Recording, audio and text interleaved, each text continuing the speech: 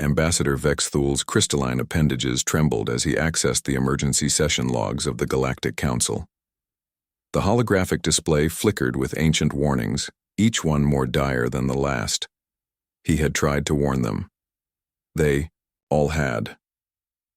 Counselor Vexthul, the recording began, his own voice echoing through the chamber 3 standard cycles ago. The species designation human from Sol 3 must be approached with extreme caution.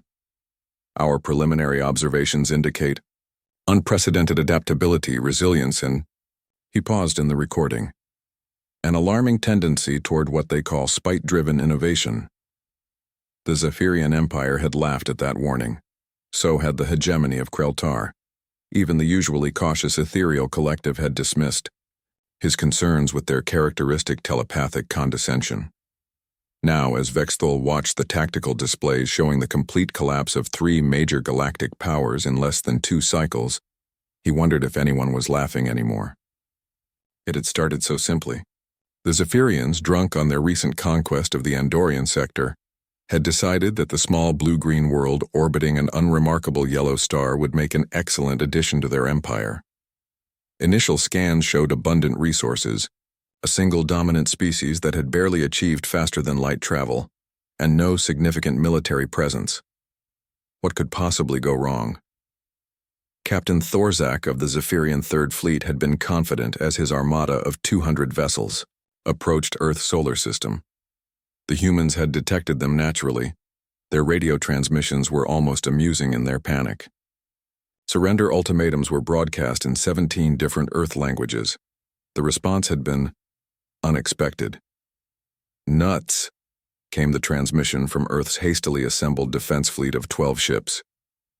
Sir, Thorzak's communications officer had reported, we've run the translation through our databases. It appears to be a type of tree seed. The captain had been puzzled but undeterred. Surely these primitives would see reason when faced with overwhelming force. They didn't. What followed defied every tactical manual in the Zephyrian fleet.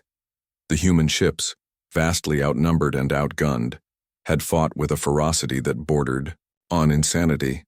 When their weapons failed, they rammed Zephyrian vessels.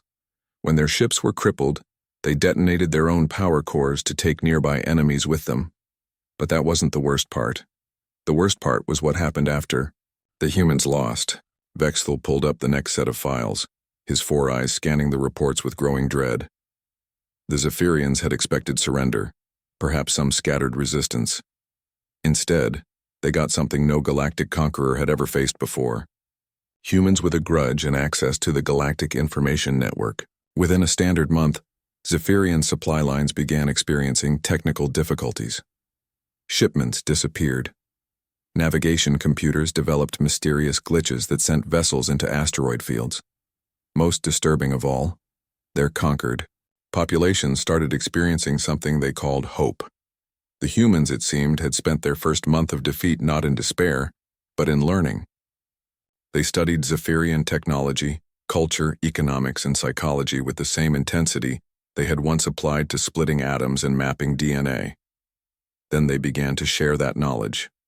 Dr. Sarah Chen, a human xenobiologist who had escaped Earth before the invasion, became something of a legend across the galaxy. Her broadcasts, transmitted through hijacked communication arrays, didn't call for violent revolution. Instead, she explained in precise, scientific detail exactly how Zephyrian pheromone-based command structures could be disrupted using common household chemicals found on most oxygen-breathing worlds. The effect was immediate and catastrophic. The hegemony of Kreltar, observing the Zephyrian chaos, decided to step in and restore order to human space.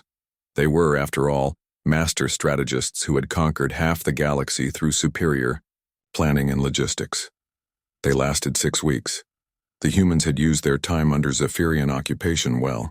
They had studied the Kreltar too, learning that their entire civilization was built on a rigid caste system that had remained unchanged for millennia.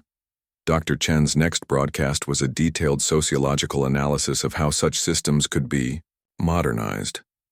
Within days, the Kreltar hierarchy was in complete disarray as lower castes began asking uncomfortable questions about genetic determinism and social mobility. Their empire, built on the absolute certainty of genetic superiority, crumbled when faced with peer-reviewed studies on evolutionary biology and social justice. The ethereal collective, confident in their psychic abilities, had been certain they could simply mind-control the humans into compliance. They discovered, much to their horror, that human minds were not only resistant to psychic manipulation, but seemed to actively enjoy the mental equivalent of psychological warfare.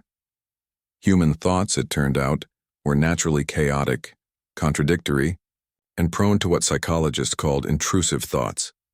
Ethereal telepaths attempting to read human minds frequently found themselves overwhelmed by random song lyrics, embarrassing memories, and detailed fantasies involving the telepaths, themselves in compromising situations with various farm animals. The psychic trauma was so severe that 3 entire ethereal battle fleets had to retreat to mental health facilities. Vexthul closed the files and turned to address the emergency council session. Around the circular chamber, representatives from the remaining galactic powers waited in tense silence. The Zephyrian Empire was gone, dissolved into anarchic city-states. The hegemony of Kreltar had reformed into something they called a democratic republic, apparently after extensive human consultation. The ethereal collective had instituted mandatory mental health benefits for all telepaths and were requesting human psychologists to help with cultural integration. Honored colleagues, Vexthul began, his voice carrying the weight of cosmic irony. 3 cycles ago, I warned this council about the human threat. You dismissed my concerns. Today, I stand before you with a new warning. The humans are asking for a seat on this council. The chamber erupted in frightened chittering, panicked pheromone releases and psychic static. Furthermore, Vexthul continued, raising his voice over the chaos, they're not asking nicely anymore. Dr. Chen has just published a paper titled Efficient Democratic Reform in Post-Imperial Galactic Civilizations. It's already been downloaded 17 billion times. Ambassador Kethral of the Cosmic Federation raised a trembling appendage. What do we do? Vexthul accessed his personal files and projected a new image. Construction vessels around Sol 3, humans and aliens working side by side, building something that looks suspiciously like a massive space station. According to my sources, he said quietly, they're building something they call a cultural exchange center. They want to teach the galaxy about human concepts like civil rights, worker protections, and he paused, his crystalline structure darkening with dread. Universal health care. The silence that followed was deafening. Finally, Councillor Murthak of the Stellar Dominion spoke up, her voice barely above a whisper. Perhaps, we should have listened to your warning. Vexthul's communication device chimed. A message from Earth. Dear Galactic Council, we hope this finds you well. We would like to schedule a peaceful diplomatic meeting to discuss galactic reform and the establishment of what we call basic decency standards. We've prepared a presentation. Sincerely, the humans. Too late, Vexthul said, forwarding the message to the council. They want to help us now. And somehow that was the most terrifying thing of all.